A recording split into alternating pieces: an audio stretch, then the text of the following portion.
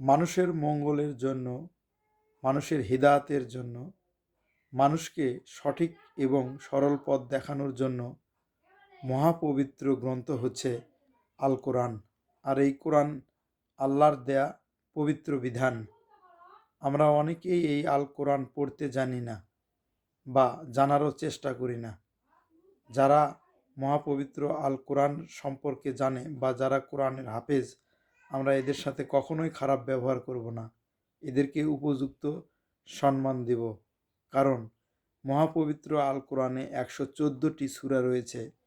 সূরাগুলো মুখস্থ তো পরেই কথা, আপনি অন্তত 114টি সূরার নাম মুখস্থ করে বলুন তো।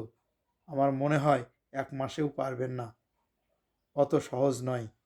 তাই মহাপবিত্র আল কোরআন সম্পর্কে জানুন এবং যারা জানে তাদের সাথে উত্তম ব্যবহার করুন।